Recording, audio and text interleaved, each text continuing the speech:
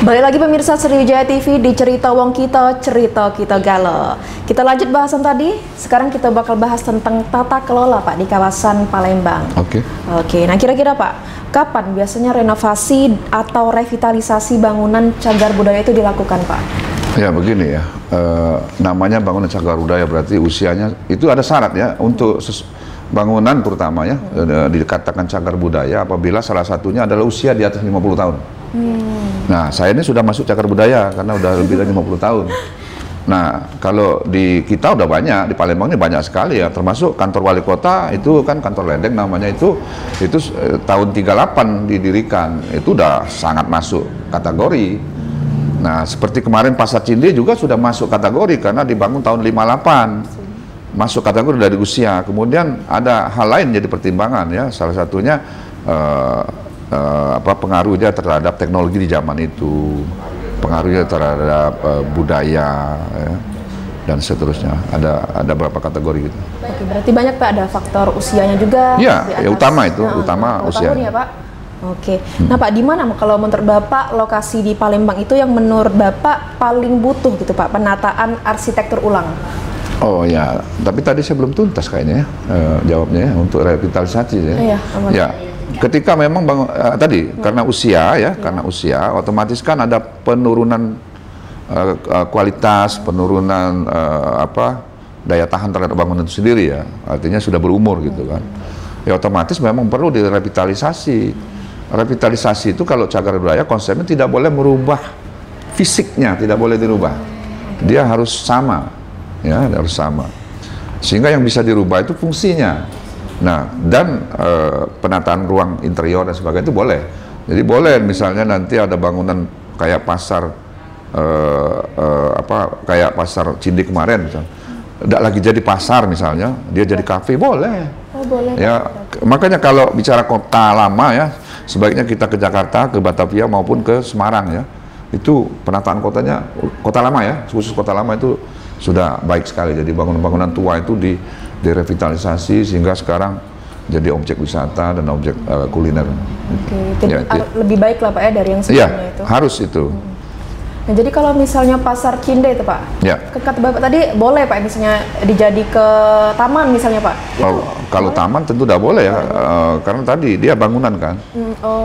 Seperti bangunan juga ya Pak? Tetap, jadi makanya saya bilang tadi tidak boleh dirubah fasadnya, bentuknya tidak boleh dirubah, tapi fungsinya boleh. Apakah Pasar Cinde ini termasuk lokasi yang butuh Pak untuk direvitalisasi? Sebentar, kita bicara Pasar Cinde yang sudah dirobohkan loh ini. Ya, kalau yang sekarang sudah tinggal situsnya saja, bangunan Pasar Cinde-nya tinggal, itu masih ada, kalau kita lihat tuh masih ada bagian depannya ditinggalkan, disisakan.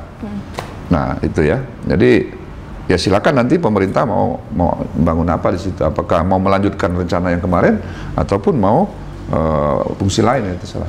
Oke, lalu lokasi di mana Pak yang di Palembang ini butuh penataan? Oh ya tentu, kalau butuh penataan ulang begini konsepnya, bahwa aturan tata kota itu kan di era kita merdeka, ya kan? Sebelum merdeka itu kan Belanda yang punya aturan. Nah, artinya ya tentu kawasan-kawasan yang memang tua itu kuncinya. Setelah kita merdeka pun bukan langsung kita ada aturan tata kota, belum. Saya tidak hafal ya, Palembang itu punya aturan tata kota kapan ya. Misalnya tahun 70-an atau berapa itu saya nggak hafal ya. Tapi intinya maksud saya kota, terkait pertanyaan tadi, kota, kawasan atau daerah yang perlu dilakukan penataan ulang dan sebagainya tadi, ya daerah-daerah yang memang dari dulu tidak ada aturan tata kota. Ya, karena aturan tata kota salah satunya jarak antara GSB namanya, garis sempadan bangunan gitu ya. Kemudian KDB, koefisien dasar bangunan, ketinggian bangunan. Jadi ada aturan ketentuan tata kota itu. Jadi kalau ditanya daerah mana, ya daerah yang tidak ada aturan tata kota sebelumnya. Ya cari saja daerah-daerah yang memang tua. Jadi kota-kota tua. Mungkin tidak asing dengan perumahan rusunnya kawasan kota Palembang ini. Ya. Apakah itu ada ideal konsep untuk pembangunan ulang lagi dalam rusun itu Pak? Ya menurut saya harus ya, karena memang bangunan itu kan ada usia ya, ada batas usia ya, kecuali dia cagar budaya ya, pengertiannya yang tidak dilestarikan ya. Kayak rumah susun itu sejauh ini bukan cagar budaya, jadi boleh itu dirobohkan, boleh diganti bangun baru gitu. Karena bangunan itu prinsipnya kan ada usianya ya, idealnya kan 20-25 tahun gitu kan. Walaupun nyatanya bisa ada bangunan sampai 50-an tahun gitu bisa ada, tapi ada usia efektif gitu loh. Usia efektif itu sekitar 25 tahun. Jadi rusun itu ya, seingat saya waktu itu masih kelas 5 SD kebakaran di kawasan rusun itu. Ya, saya berlari ke Cinde itu untuk lihat kebakaran, senang lihat kebakaran. Ya, kebakaran hebat saat itu. Maka PIM apa itu kawasan Ili Barat itu memang itu kawasan kebakaran semua. Ya termasuklah rumah susun. Nah, maka ya, yang dibangun rumah susun itu adalah untuk mengganti merelokasi yang kawasan terbakar tadi. Salah satu niatnya awal bagus. Nah, jadi kalau ditanya ya perlu dibangun ya harus. Menurut saya sudah yang sekarang tuh secara fisik bangunan sudah tidak layak. Lanjut nih Pak, ke pentingnya peran konsep Green City di Kota Palembang itu bagaimana? Green ya, green ini hijau ya. Tapi orang awam itu menerjemahkan yang penting rumahnya hijau gitu. Enggak begitu konsep hijau itu. Ada reduce, reuse, recycle. Artinya begini, konsep hijau itu berarti dia memaksimalkan upaya untuk efisiensi energi itu, konsep hijau itu. Juga bukan warna hijau.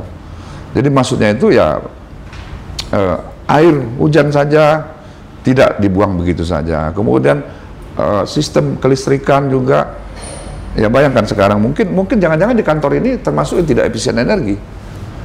Contoh, sudah jelas tidak ada orang, AC hidup, ya kan? Sudah jelas tidak ada orang, misalnya lampu hidup semua gitu. TV nggak dipakai hidup, itu kan tidak efisien energinya. Kita yang awam tidak sadar bahwa ini energi ini dari bakar batu bara, dari bakar minyak untuk mendapatkan. Nah, untuk itu maka sekarang ada namanya energi solar cell ya, yang berdasarkan dari matahari. Itu salah satu juga upaya dari green tadi. Kemudian halaman kita depan ini kalau dicor begini saja tidak green ini. Bukan dicat hijau, bukan, maksudnya itu air hujan itu untuk langsung buang parit.